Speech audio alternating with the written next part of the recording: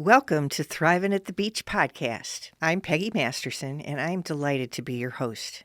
I am the director of the Partnership Grand Strand Foundation, and in case you haven't heard about us, we are the nonprofit foundation that is an extension of the Myrtle Beach Area Chamber of Commerce.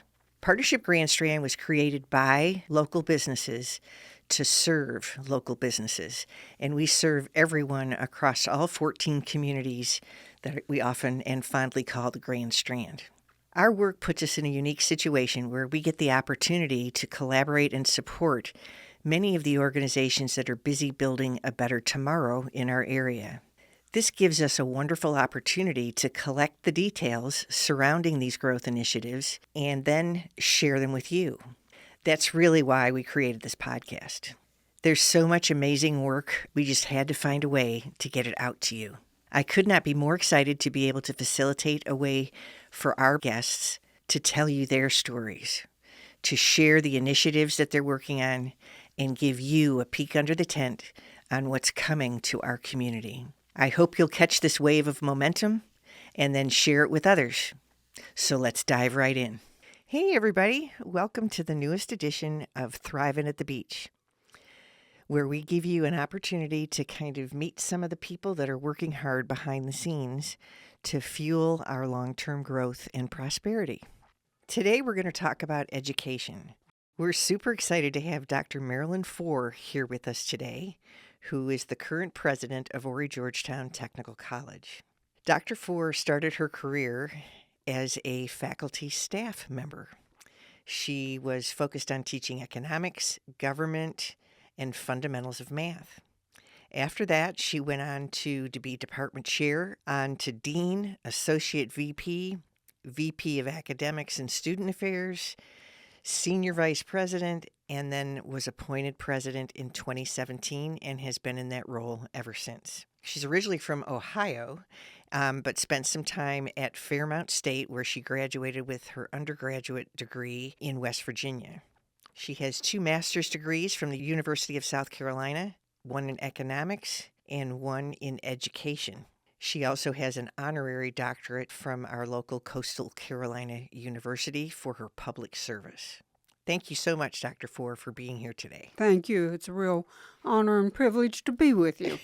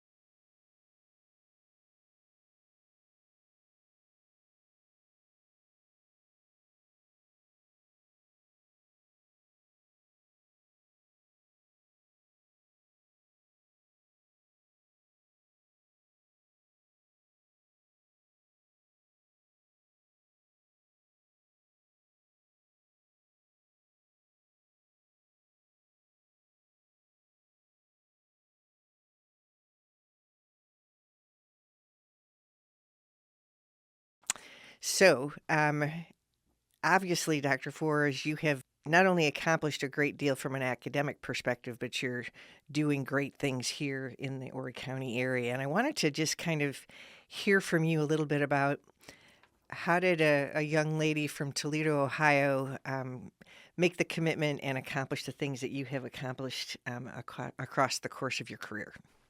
Well, it's been a humbling but exciting path to where I am today. Came from a small family and relatively low income. Father was a brick mason, and we went wherever the jobs were. So I lived in multitude of states. Lived in Colorado, Kansas, West Virginia, Oklahoma, Ohio, and I went to school and got an anonymous scholarship to go to college. I really had no plans. I was aimless, and received I received a scholarship, and never knew and will never know who gave me that scholarship, but somebody saw something worthwhile in me, and I went off to Fairmont State College in Fairmont, West Virginia. And I guess a lot of people have heard me say this. I wanted to major in mathematics because it's been a love of mine, but I majored in sororities and fraternities. And then was fortunate that some of the sorority sisters came to South Carolina working and waiting tables, and they called me and asked me if I had a job, and I said I did not. So I landed here in the Myrtle Beach and Georgetown area and worked at Chop East School in Georgetown County for 3 years, and then landed a position with Horry Georgetown Tech when it was a education center, and taught developmental studies mathematics at that time, and earned my degrees. I found a passion because I found that somebody believed in me. So my pathway has been to do that in return with everybody that I can, and to broaden that not only with students but with the whole community. And my heart and love is with the college and helping us to move ahead in the community as best I can with the college. Got a great college team to work with. Mm-hmm. And I see here, as I'm reading your bio, that after undergrad, you went on to the University of South Carolina and received 2 master's degrees. Yes. Shifted the focus from math to education and economics. Yes. How did you happen to make those decisions to pursue your master's there? I think that they found that I was successful in teaching the fundamentals of math, so they asked me to teach economics, and I fell in love with that. And so that's fell in love with the art of teaching, frankly. And at that time, I was in my mid-20s, and decided I needed to go to graduate school and be a serious student. So that's when I went on to the University of South Carolina, and I was successful in 2 master's programs there, and then my doctorate from the University of South Carolina. Done a lot of work with Coastal, or they've done a lot of work with me. I say we have great partnership. I think we stand out in the state of South Carolina in terms of what we do in partnership. And I was honored with an honorary degree a few years ago, and just a highlight for me to be recognized. What a terrific, as you put it, a terrific way to be recognized. To have a educational institution give you an honorary doctorate it says a lot about the partnership. I think we're fortunate to be able to have yourself as the lead for Horry Georgetown and Coastal to be working so close together. Well, we want students to feel that they can go all the way to the top with their careers here and be at home here and stay here. And we have a goal between Horry Georgetown Tech and Coastal that we're going to provide a pathway if any student wants to go on and receive a baccalaureate degree or master's, or even as Coastal continues to offer doctoral degrees, that the students can do it right here, relatively inexpensive compared to other colleges and universities and in their hometown, if you will. I think that's awesome. So tell us a little bit, Dr. Fore, about the difference between Horry Georgetown Technical College and, say, Coastal or the traditional 4-year degree university. Tell us a little bit about what makes it so different and special. There is some blending between the mission of the university and Horry Georgetown Tech, but Horry Georgetown Tech, our primary focus is to provide the skilled workforce for our area. So every technical college in the state looks somewhat similar in that we may all offer the Associate in Arts and Associate in Science, so students could transfer into senior institutions, but we differ because we are a reflection of the community and the business and industries that need us. So our mission in terms of the difference between coastal is that most of our 70 plus programs of study are going to be in very specialized area that support business and industry, like in advanced manufacturing, legal studies, criminal justice, medical programs that we have, personal services, on it goes. So how many students do you currently have enrolled at Horry Georgetown Tech? We currently enroll about 10,000 students. 8,000 are in what we call the credit side of the house. This is where students can earn a certificate degree, diploma degree, or an associate 2-year degree. We have around 2,000 students that attend in what we call the workforce development programs. A key one to mention there would be what we do with a certified driving license, a CDL truck driving training. So we are packed up with students lined up.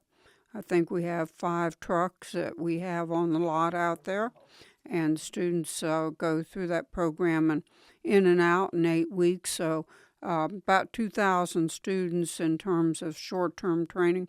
Another very popular program in the workforce development is a certified nursing assistant. So it's a broad range of short-term certifications to get the students in and out of the training and into the workforce, and or they can also transfer on into our credit programs. So we're around 10,000 students. That is, and how does that compare, just for curiosity reasons, to other community colleges? Community technical colleges. Yes, well, that's a good question. I'm glad you asked me that. We are 4th largest in the state. The other 3 larger technical colleges, Greenville Tech and Midlands Tech in Columbia and Thrivin Tech in Charleston. So they are closer to 12 to 13,000 students. So more to come. Well, and I think for our listeners, it'd be really helpful to explain the admissions process into a technical college, because I think a lot of people that might, be hearing about higher education may think that there's like crazy difficult hurdles or whatnot to go on and get accepted into a university or college. I wanted to see if you could maybe tell our listeners a little bit about what do you have to be able to pursue some of these degrees that you're speaking of? For most of it's really quite simple to go through the application process and to be admitted to our college. Most of our programs require either a GED or high school diploma. We do have a handful of programs in workforce development that will accept if a student is, for example, 18 years old, or that they demonstrate the competence by evaluation by the faculty that they can accomplish the work. But for the most part, a student can easily go online or go to any of our campuses and talk with the admissions office, fill out some simple paperwork, which is the basic things that you would answer: name, residence, and then students go through a process of applying. Most of our students need financial aid, even though we have either the lowest or next to the lowest tuition in the state of South Carolina, students still need assistance with financial aid because we have the tuition, which can be paid for, but there are other expenses that students may have, like books and life expenses. Exactly. So the process of being admitted, applying and being admitted is really straightforward. We are an open door institution, which means that you can come to the college and then we're going to place you in the right courses to make you successful to get to your goal, whatever that degree may be or whatever certification that may be. Wow, that's awesome. That is so powerful when I sit and listen to you talk about that. A student can come to us in any way. They can come online to find out what we have available. They can walk into any door of any campus and they can call us. Colleges and universities can be intimidating for people to think, I can't go to college, or I haven't been in college, or I've been in school for a long time. We want to dispel that fear. We want people to feel welcome to come to any of our campuses. Very helpful. It's a family feel. Once those students come on, they know that they're going to be helped to get to their goal, help to give them financial security in order to earn their degree. And net, it takes maybe 6 months, 2 years, maybe 3 years to earn their degree. Like if you're going into nursing, you may spend a year to take some courses, prerequisite courses, but it's really dependent on how quickly the student can earn their degree. And so many of our programs are offered online. They don't need to come to the campus. That has removed a lot of barriers. And we've improved in that methodology. And it's helpful for a lot of students who have families and jobs that they can take some courses online and even some full programs. Yeah, and I think you just touched on another component. We always have to keep learning. I think everybody anywhere is always better off if they continue to challenge themselves and expose themselves to new things, new learning. And I love the fact that Horry Georgetown Tech is, number one, so powerful and so readily available to all of the folks that are in this area to be able to pursue their dreams and flexible enough to work around their current situation. So I think that's awesome. Well, it's a good point. We have students that I'll point out that may be in their 30s, 40s, 50s. Yeah. They may say, hey, I'd like to change careers, and this seems pretty exciting. We also have what you would call the reverse transfer. They have a baccalaureate degree, but now they want to come and they want to have their hands on in another skilled area, and they will come to us as what we call reverse transfer. I hadn't thought about that. Yeah, and that's awesome. Yeah, a lot of students come in and do that, and I think of some programs like our golf and sports turf management, or like in nursing, some of our healthcare programs where the students may have been in another field and they find the attraction to coming into a program where they will feel a unique ability to be in the community, to improve their quality of life, and perhaps be in an area where they're mingling with other people in the profession that they want to be in. And, how many of us, I can think of a lot of friends that I've had over the years that,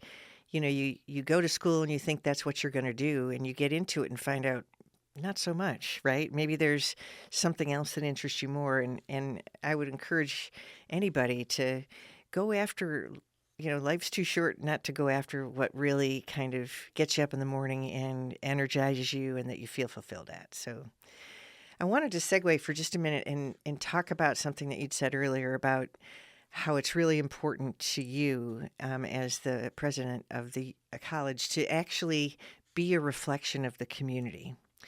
And I know that you have worked really closely with the Myrtle Beach Economic Development Group and other entities, obviously, around the area to create programming and educational opportunities that will match the needs of either companies that are currently here or potentially companies that are coming to this area.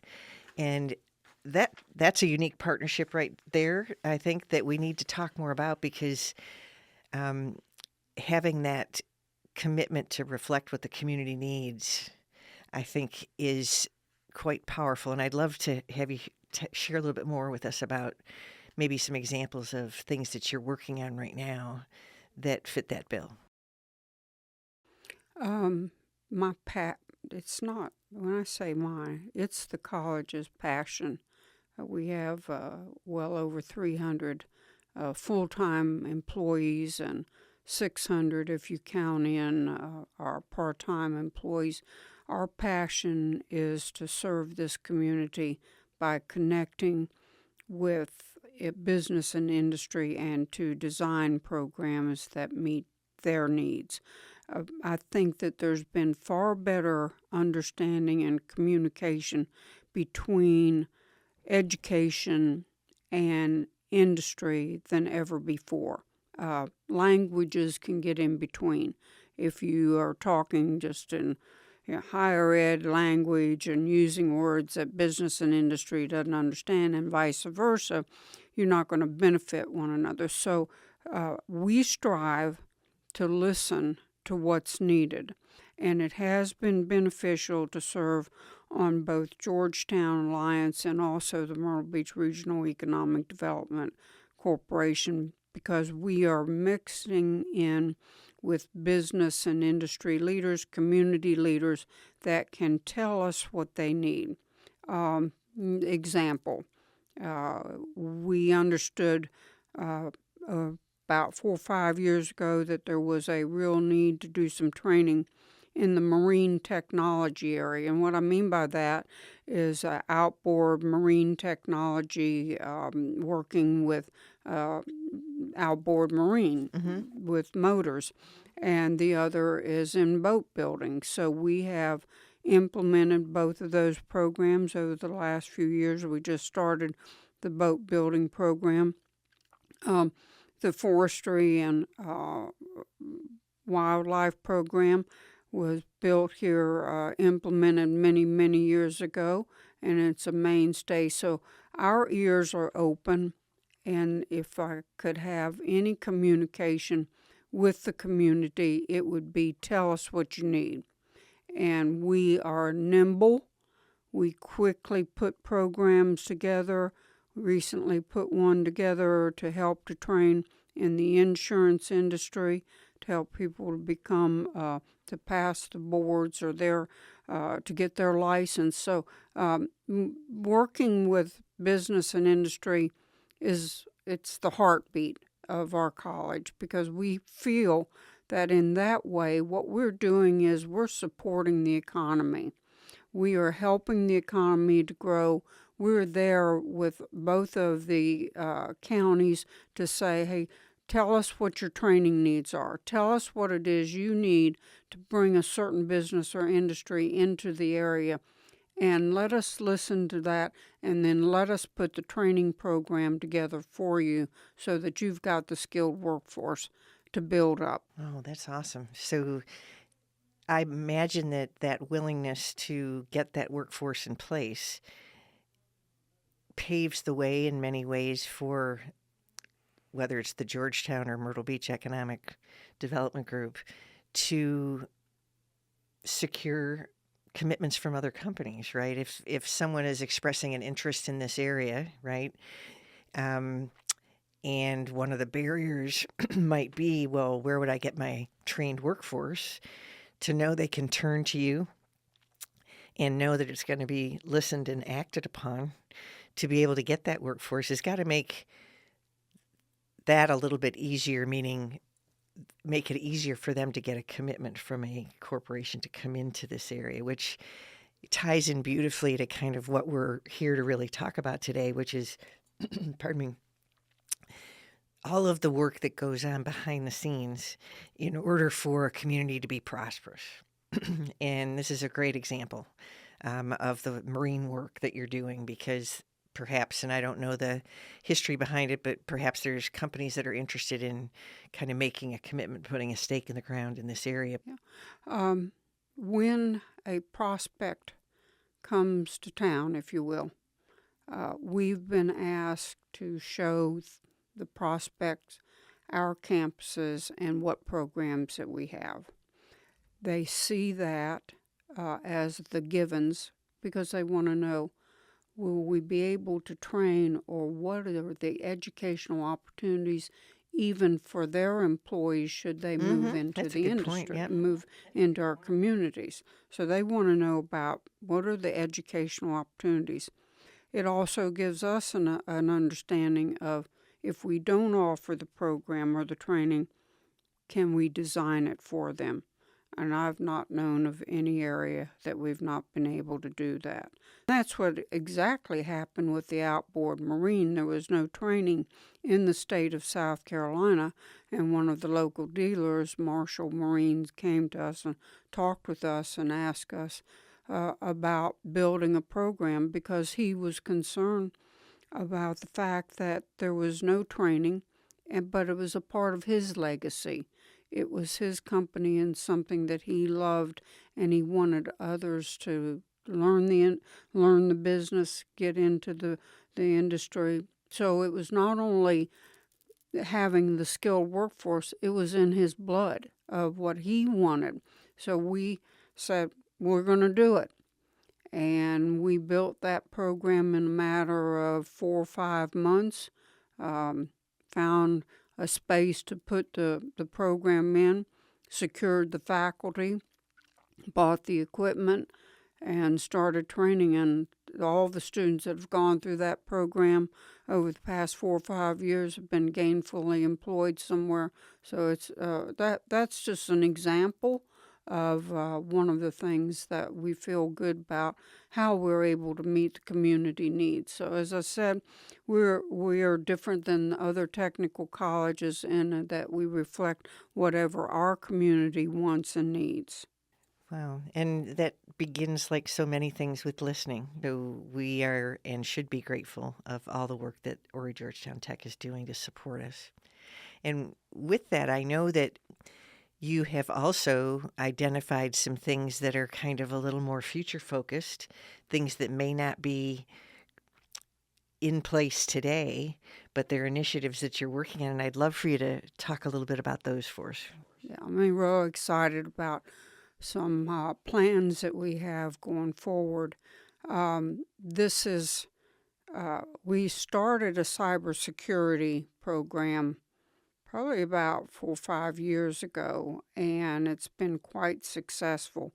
We are now taking that cybersecurity certificate program, and it is totally online. So you can come to the campus, or we can deliver the program to you. Beyond that, and that's expanding because we're going into the school districts with that.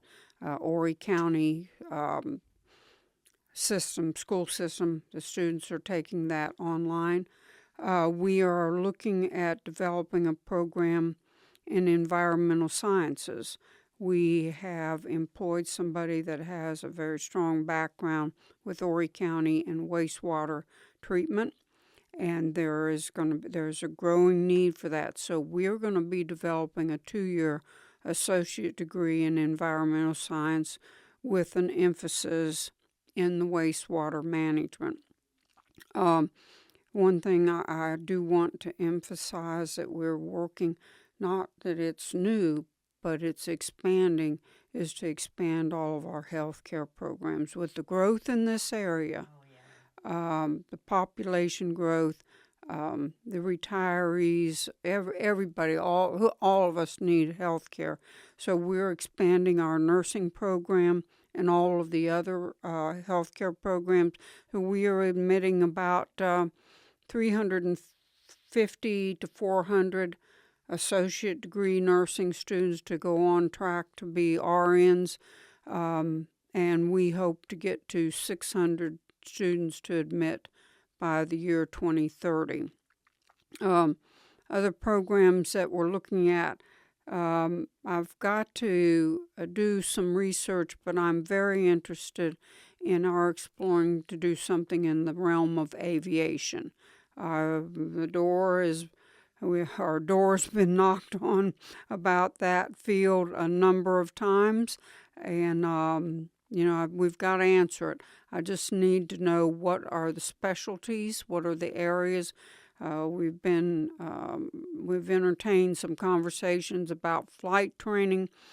Some time ago during COVID, we entertained that notion, and it was not something we could do at that time, but we've got a third-party vendor, if you will, that has come to talk with us. So the team at the colleges has got to talk about how do we want to enter this field, because it's a limited training in that particular area. Changing channels back to the healthcare, cardiovascular training has been mentioned to us a number of times. Quite expensive program. We're looking into that. Also, vet tech. I was often got teased by the prior president, Murph, you're going to be, as soon as you get in there, you're going to start a vet tech program. And we do have an offering in that on the workforce development side, but we're trying to find out if there are enough jobs for us to start a full associate degree in vet tech. And like I said, we're expanding in our healthcare programs. We're looking to increase the number of students that we're going to take into dental hygiene. We're going through a process. So there's a lot of accreditation and standards you have to look to go into the healthcare programs, that we have to go through some approval processes in order to increase. A little bit slower on that, but that's our goal. That's our goal, is to help to alleviate the shortages of people that are working that need those that are in the healthcare arena. There's a couple things embedded in what you had just said that crossed my mind. Is, again, another example of listening and responding, right? Talking to healthcare professionals, understanding where their gaps are in terms of where they need additional workforce, and then getting busy developing it. But then I also heard this connection to the marketplace, where before you make a decision as to whether or not, let's use the vet tech example, whether there is enough opportunity for the folks you would graduate, you're looking into the market to be able to make a good assessment in order to justify the time, energy, effort, and expense in putting a program together. So I think those are two really good examples, running both ways in terms of what is needed and what do the facts tell us about placement for these graduates, right? Correct. That's right. Correct.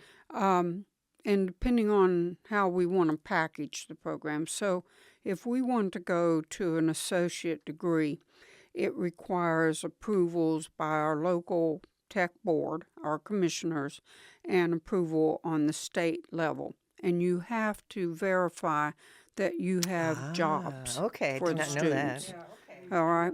Yeah, we do an employment needs assessment. So we go, for example, for vet tech, we would go to anyone that would be hiring vet techs and say, how many openings do you have now? How many will you have over the next 3 years? Do you have a need? And that helps us to verify whether or not we should commence a program. It's dependent on the demand out there, because it takes hundreds of thousands of dollars generally to start a program. Some are very, very expensive programs, and the ones that I've talked with you about are expensive. Just like we had a request to start automotive. We had it years ago, closed it down, and had a request to go back into automotive. Before we did that, we went to all the dealers and asked them, do you need mechanics? How many mechanics? And what do you see as your demand over time? And based upon that, we had a strong showing that there are so many jobs out there. And so we started the automotive program back up about 2 to 3 years ago, and the demand is so great that we are adding another building so that we can expand that. So we've got to have verification because we don't want to start a program and then it fail. So that's where we go through what we call an employment needs. Are there jobs out there? The companies, businesses have to tell us that. And based on that, that's when we make a decision about starting So when the you program. evaluate a program, Dr. Fore, I'm sure the graduation rate is a piece of that puzzle, but it sounds like you're also evaluating the successful placement of these individuals in the workforce. So you look at both, is that correct? Absolutely. We are proud to say that our placement rate hovers between 90 and 95% for our graduates. Let me clarify that means that the graduates of a program either go directly into the job that they're trained for, or they continue their education. So even students who will transfer, let's say, to Coastal Carolina University or to Francis Marion, Clemson, USC, they are counted into the placement. A major program that I'll mention to you, and some people out of the area think that we're entirely into tourism training. And while that is critical for us, we train so many welders. I would imagine about 200 a year. And those students come with us, and in a matter of a year, they're trained and they're out there in the workforce. And many of them are starting with us when they are seniors in high schools. So the placement rate is very good with us. It is an indicator of performance that we're looked at by the state level. How well are you doing in placing your students? Because if you're not placing students in the job market, we don't need to be having that program. That makes perfect sense. And it's good to know that that's part of the evaluation that takes place, not only because you have to do it, but because that's really where the rubber meets the road, right? I mean, that's what fuels our economy here in this area, to have highly talented, highly qualified, certified workforce that can meet the needs of the employers that we have. And the other thing that I wanted to just touch on briefly as we kind of wrap things up here is I wanted to kind of see if you might be able to talk to me a little bit about some of the innovation work that you have done, meaning one of the examples that you had shared with me is understanding this kind of dire need in healthcare.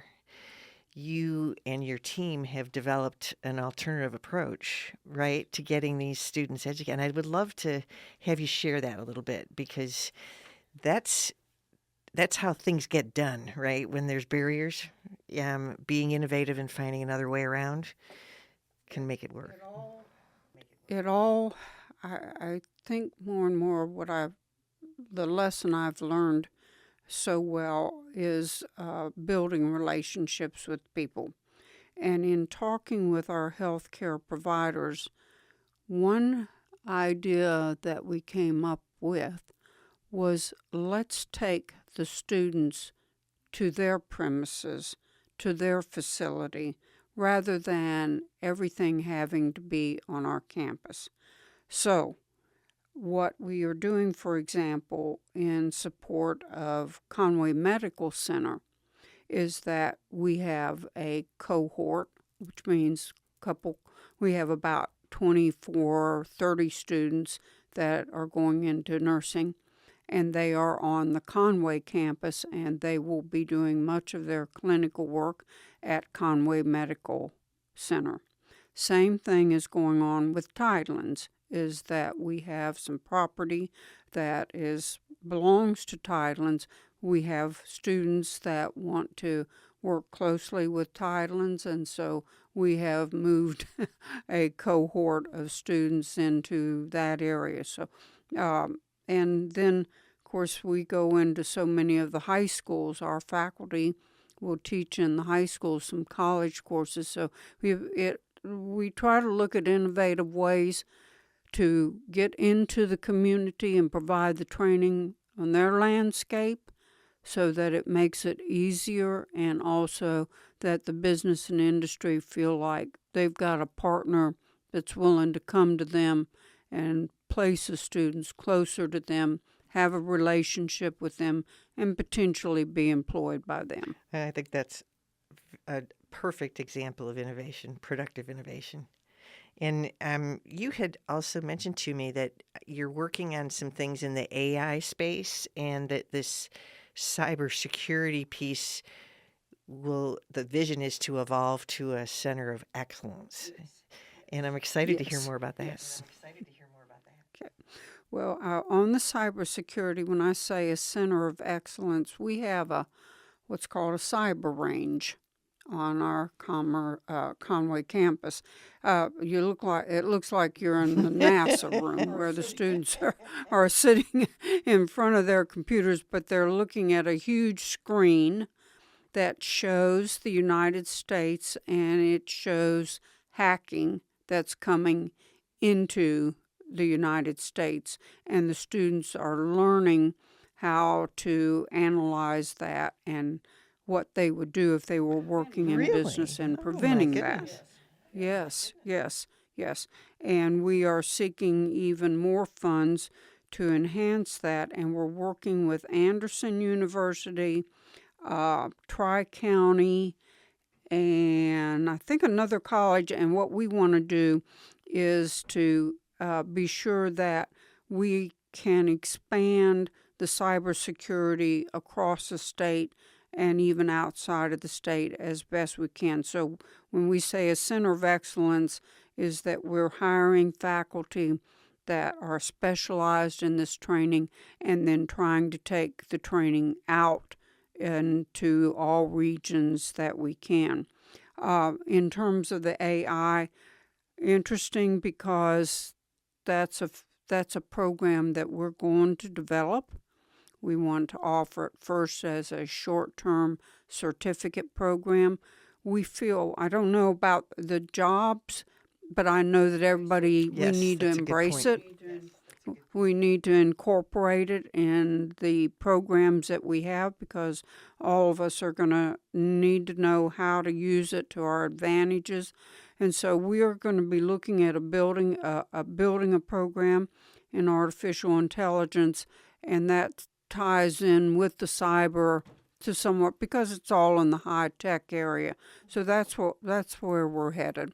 But also, it's a learning curve for all of us in education, and a very hot topic about use of AI in teaching. And so we were trying to bring in experts for professional development to show how it can be used by students, and what you should and shouldn't do with it. I know it's a hot topic. So sure. It's not, so it's not used in ways that appear that the student is leaning completely on artificial intelligence to give them the answers to questions. So we're learning how to embrace it. At the same time of embracing it, we also want to say, okay, let's go ahead and do our own program in AI. So as we kind of think about all the things that your college is doing for the community, we think about how you're helping us address future needs for potential individuals or companies that would be coming to the area, i.e. marine, boat building, those kind of things. I think that's a really powerful statement for the caliber of technical college that we have in your educational institution. I thank you for your leadership in that space, and I hope that folks that are listening can really kind of get their mind around how fortunate we are and the capability that exists within your organization. And the last question I have for you is to really kind of chat a little bit about, you have mentioned earlier that you've been in this area for a good long while, so you've had an opportunity to kind of watch things unfold as it relates to the revitalization of our area and so forth. I'm interested in your perspective on, how do you feel about the future of the Myrtle Beach, Horry County, and Grand Strand areas, and Georgetown for that matter too? I'm excited about our entire area. When I travel outside of the area and I come back home, I see just the wealth of what I would say our natural resources, the beauty of it, and I see people working to improve everything that we have, from the infrastructure that we have to broadening opportunities for people in the cultural world, for organizations to be working together to help those that need help. So I'm very, very optimistic about and I've seen a great deal of change throughout the years. But I can only say that I'm excited to see what's happening. I'm excited to see the partnerships and the people that bond together in this area, all with good hearts and souls to help us to grow and be welcoming communities for all people that want to come here and to assist. But it's a good place. It's a positive environment that we're living in, and I appreciate too being with Horry Georgetown Technical College. I think it's a powerful cornerstone of our community, bedrock for business and industry, but also just education, because education is power, and it makes us all better with one another, better citizens. Mm-hmm. Well, thank you so much for sharing all this great information about Horry Georgetown Tech. I've learned a great deal, and hopefully our listeners have as well. And I hope that you'll come back and chat with us again in the future, share more of the new programs that you've developed and the additional partnerships you've forged. So that invitation is wide open, and I can't thank you enough for your time today. Thank you. It's been an honor to be with you. Well, that wraps up our show for this week. I hope you've enjoyed the info that we've shared today. And if so, please be sure to follow the show so you don't miss any of our future updates. We also welcome any comments, shares, or reviews. But until next time, we hope you stay well and keep thriving.